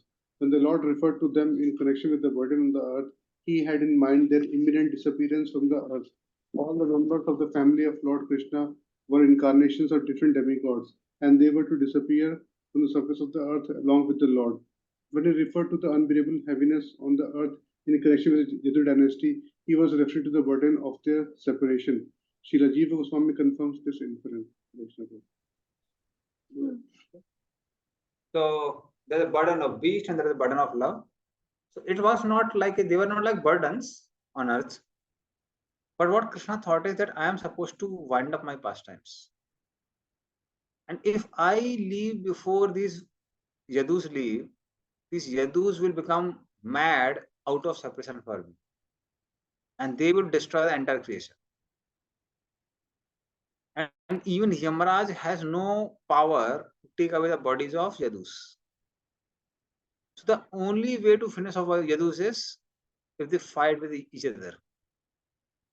So what had happened is, like in one of the bodies of the Yadus, not every one of them, but many of them, there were eternal associates of the Lord, and also there were demigod counterparts. Like in the body of Sambha, there was a counterpart of or Ansa of Kartikeya. In the body of Pradyumna, there was Kamdev. So two personalities, it was like two SIMs and one mobile. So two personalities were there. And when Krishna wanted to wind up his pastimes, those who were eternal associates of the Lord, they entered in the eternal leelas of the Lord in Dwaraka itself. and the demigod portions they came to Pravaschitra, and especially this place called Pindarka. And then in Pindarka they drank wine and they killed each other, so that they can resume their positions as demigods and continue their pastimes. Yeah. Now this one of the year Vasus was very fortunate, who entered in the body of Uddhava, and he was given opportunity to preach Krishna Katha in Badrika Ashram. So that task was given by Krishna. So he was very fortunate. Please continue. Next one. Translation purpose. Hare Krishna Prabhu, Dhanavad Pranam. Prabhuji, can you just please repeat that again, that in the Jodu, that is the demigods are there, and Nitya Parsad was also there, correct? Yes. So the Nitya Parsad was not annihilated? No. They entered in uppercut Leela of the Lord. Uppercut Leela. This Prakat Leela and uppercut Leela, na? Okay, Aprakat Leela. Okay. Yes. So they disappeared, or they disappeared. I mean, they entered in, it's like, because this Dwaraka is not different from that Dwaraka. Okay. In the spiritual world. So they entered in that Dwaraka in their forms, and they became invisible to the human eyes. So they entered in the uppercut Leela of the Lord in Dwaraka. Okay. Thanks. Somebody would read the next verse and purport.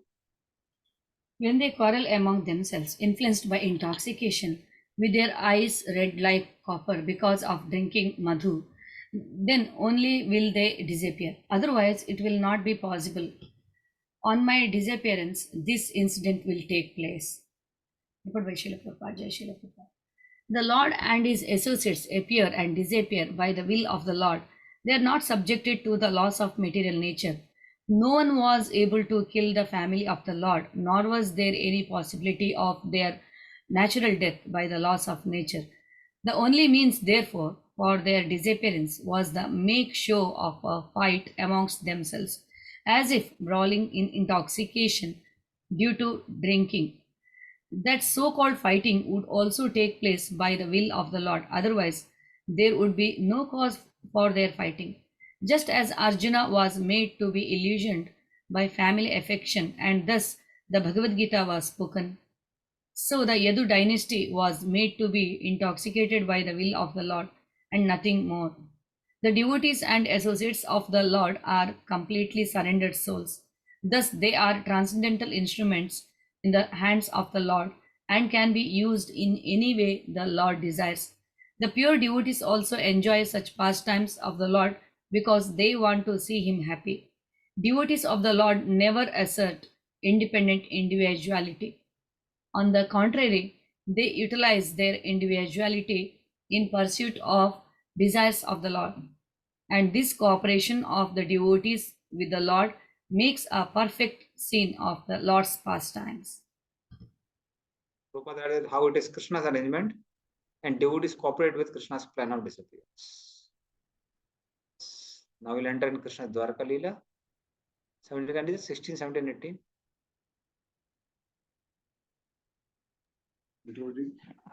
Lord Hare Shri, Krishna.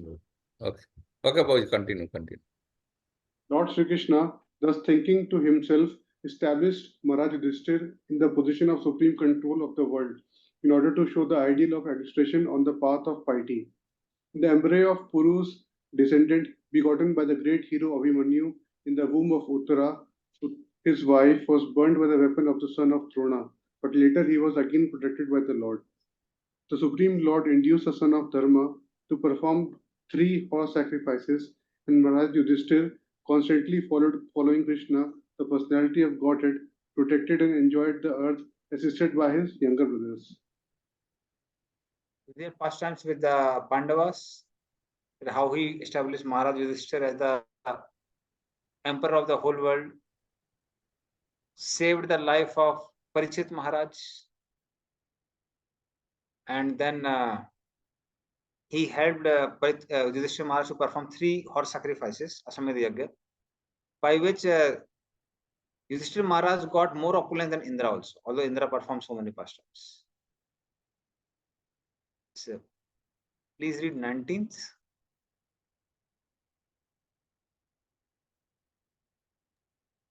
Simultaneously, the personality of Godhead enjoyed life in the city of Dwarka, strictly in conformity with the Vedic customs of society. He was situated in detachment and knowledge as enunciated by the Sakha system of philosophy. Thank you. So, in this way, as a Dwarka, he stayed as an ideal grasta. So, if we see from a very close angle, we'll find that Krishna never crossed the boundary of dharma even externally. Like Krishna had pastimes with the gopis before puberty. It's like children playing together. So then nobody can doubt on his character. All these doubts come when people display Krishna and Radharani's pastimes and the gopis' pastimes as if they are very young people. So you find that's why in Prabhupada's painting, generally we see Krishna like a 14, 15-year-old boy. And when Krishna went to Dwarka, a Kshatriya can have many wives, so he had many wives. And he would do all the meditation and different things to display what a ideal Grahastha life should be, or a Vedic Grahastha life should be. So that's what Krishna showed in Dwarka. And from 20th, we'll discuss in the next class. So it's already 8 o'clock. So discuss further pastimes of Krishna in our next class. Thank you, Robert. Hare Hare. Hare Krishna.